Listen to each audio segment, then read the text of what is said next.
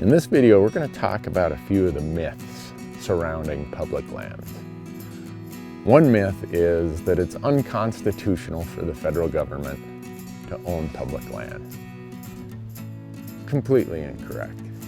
Every attorney in the public land debate knows that it's incorrect, but it sounds good. It seems that if that was the case, the really smart attorneys on the other side who want to take these public lands from us wouldn't worry about legislative efforts or congressional efforts. They'd just get lawyered up and they'd go to court and they'd get this situation corrected.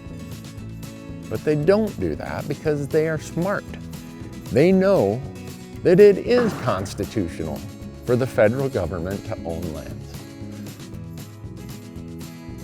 So now let's talk about the myth that this is about state management being better than federal management. And I think all of us, myself included, would look at the state of management of federal lands and say, you know what, we got a long ways to go. Whether it's litigation reform, whether it's how we do things on the public lands, whatever. No one's going to hold up federal land management as the textbook for better management. But let's talk about who could do something about that, who could improve land management on our federal estate. It's Congress. When we get mad at the feds are Congress. Congress appropriates the money. Congress sets policy. Congress passes the laws. Everything that frustrates you right now about public land management on the federal lands could be fixed by Congress.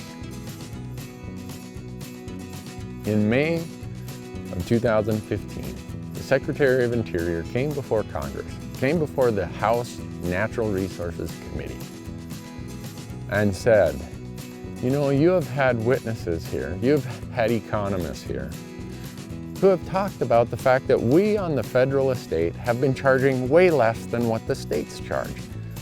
And I think it's time to have an honest discussion about maybe we should increase the rates we charge for the use of our federal lands.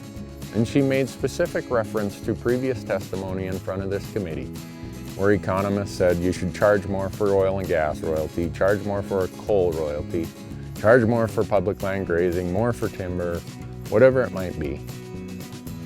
And when the Secretary of Interior came and said, let's have a discussion about this, those in Congress who want to get rid of your public lands came unglued.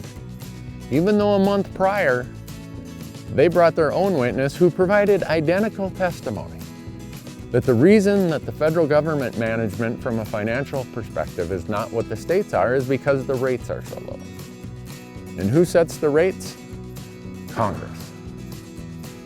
Who refused to do anything about it? Who refused to even have the discussion? Congress. The myth that somehow these states are due these lands is just that. It's a myth. It's a manufactured idea by those who want to screw you out of your public lands. The states, when they became part of the Union, signed agreements foregoing any right claim to anything related to those public lands. Nobody held them at gunpoint.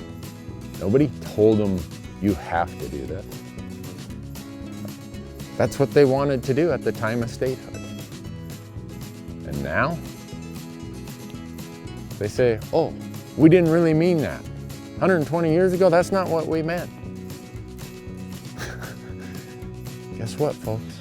That was the deal. That's the deal the states made with the rest of the American public.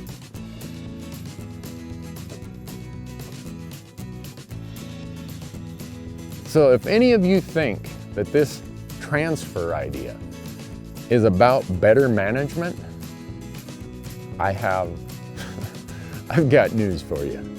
Go and read the testimony but in front of these committees in Congress. They have no interest in better management. Those who want to sell these lands, those in Congress who want to get you off these public lands, you obstructionist recreation people, they don't have better management in mind. They have privatization in mind. They prove it time and time again, and they hope that we will fall for their bait. Don't go there. Don't fall for that.